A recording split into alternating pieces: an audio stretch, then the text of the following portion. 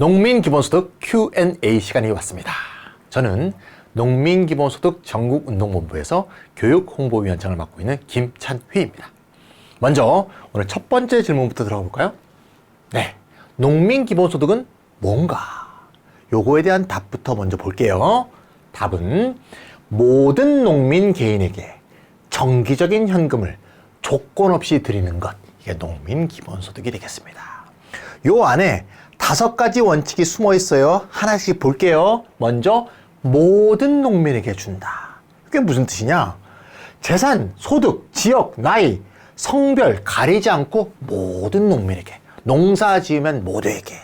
두 번째, 개인에게 준다. 개인에게 안 주면 누구한테 줘? 다른 거 생각해 보세요. 예를 들면 직불금이나 농민수당은 가구 단위로 주죠. 우리 가구에 남자 농민, 여자 농민 2명 있어도 1개만 주죠. 농민 기본소득은 그렇지 않아. 개인에게 지급하는 거니까 우리 집에 농민이 2명이면 2명에게, 3명이면 3명에게. 아시겠죠? 세 번째, 정기적으로 준다. 쉬운 얘기죠. 예를 들면 재난지원금처럼 한 번 주고 마는 게 아니라 매달 꼬박꼬박 주는 거다. 이해가시죠? 매 분기 줄 수도 있습니다.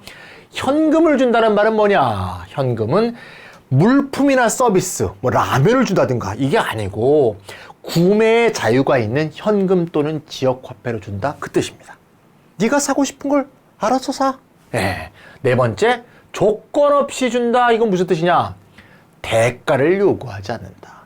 농민 기본소득을 줄 테니 요걸 하거라. 이거 없는 거를 무조건성, 조건 없다고 얘기합니다. 농민 기본소득의 5대 요소입니다. 이제 이해하셨죠? 요 5가지를 다 갖추고 있으면 농민 기본소득이라고 부를 수 있겠습니다. 자, 다음으로 넘어갈게요. 두 번째 질문. 그럼 왜 하필이면 농민 기본소득인가? 이 우리나라에 살고 있는, 대한민국에 살고 있는 사람은 굉장히 많은데 왜 농민 기본소득을 먼저 주려고 하느냐? 이유는 너무나 당연합니다. 첫 번째, 농업은 식량의 기지이자 생명창고죠. 이게 무너지면 공동체 전체가 위태로워집니다. 두 번째, 농업 농촌의 다원적 공익적 가치. 이건 제가 만든 말이 아니에요. 농업기본법에 나옵니다. 뭐 국토의 보존, 수자원 보존, 환경의 보존, 전통문화의 보존 쭉 나옵니다. 제가 말하는 게 아니에요. 세 번째, 기후위기 시대 때 농작물 자체가 기본적으로 탄소를 줄일 수 있는 방법으로 굉장히 중요한 거죠. 네 번째는 농민 기본소득을 주게 되면 도시에서 농촌으로의 인구 흐름이 생겨서 도시의 과밀도 해결하고 청년 실업 문제도 해소할 수 있는, 다시 말하자면 농촌뿐이 아니라 도시의 문제를 한꺼번에 해결할 수 있다. 굉장히 중요한 얘기가 되겠습니다. 자, 1번부터 4번까지 잘 보세요. 농촌이 뭐가 경제적으로 어렵다거나 농민이 가장 어렵다거나 그게 아닙니다.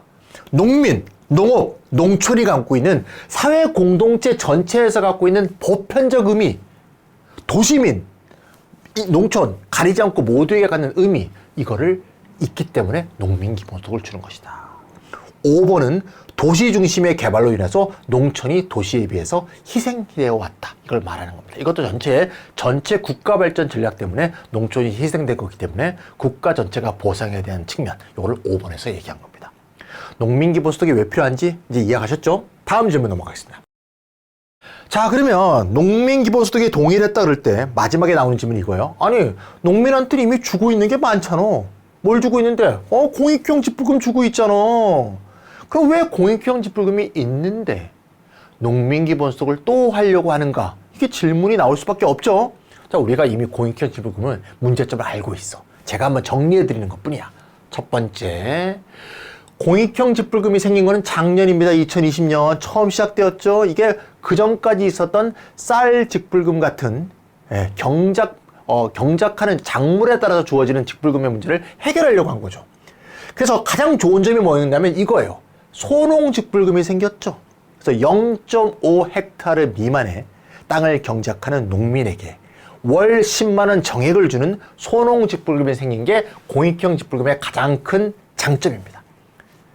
소농 직불금은 인적 보장의 시작이라는 의의를 갖고 있다. 그런데 문제는 뭐냐? 용두삼이 아시죠? 시작은 거창했어. 결과는 어때요? 결국 면적 직불금이 전체 직불금의 몇 퍼센트? 74.7%. 즉 농지 면적이 많으면 많을수록 많이 받는 게 직불금의 대부분을 구성하는 것이다 이거야. 시작은 소농, 중소농 보호로 시작했는데 결과는 결국 땅이 많은 사람한테 많이 주는 것이 됐으니 농지가 아니라 사람을 중심에 두는 사고를 견지하지 못했다. 이해가시죠? 농민의 권리가 아니라 땅 많이 있고 작물 많이 생산해야 애국자다. 이런 식의 사고에 여전히 머물러 있다 이거야. 아시겠죠? 두 번째 문제는요. 비영농 부재지주가 너무 많이 타. 오히려 임차농은 못하는데 땅을 빌려서 경작하는 실경작자는 못하고 경작도 하지 않은 부재지주가 타는 이런 문제점이 크다는 거. 자세히 설명이 되어 있는데 뭐 한번 보시면 되겠죠.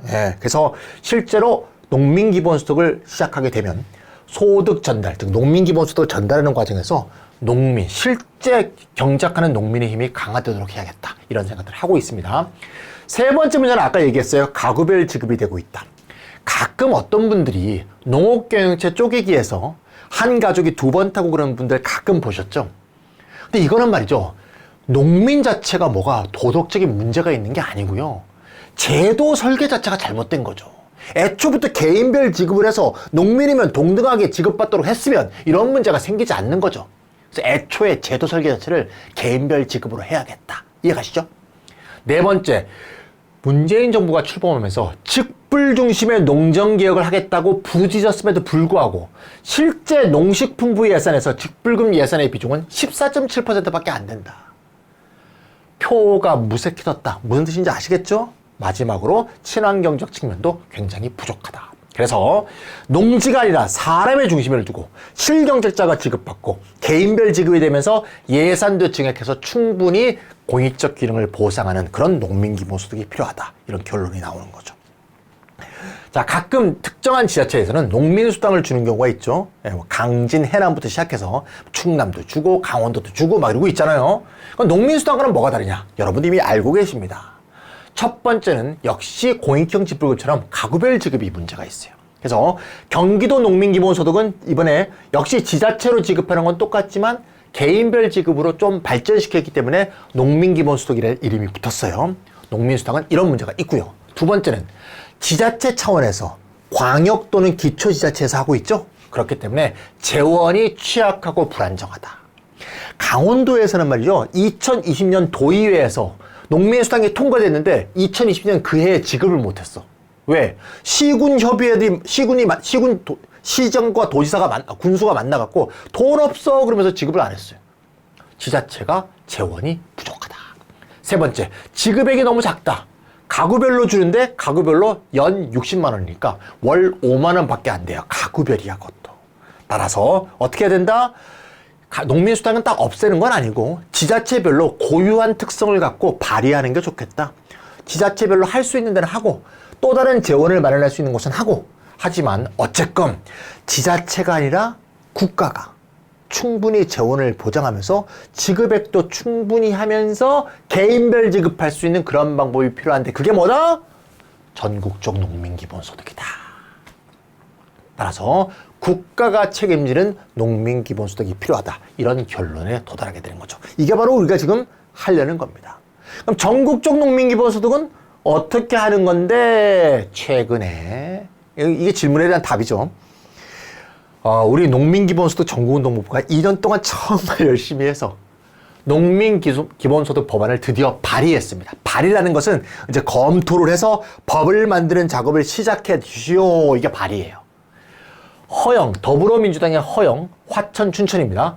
허영 의원이 대표 발의해서 허영 의원을 포함해서 총 국회의원 무려 66인이 참여해서 2021년 6월 22일에 이 법안을 발의했습니다.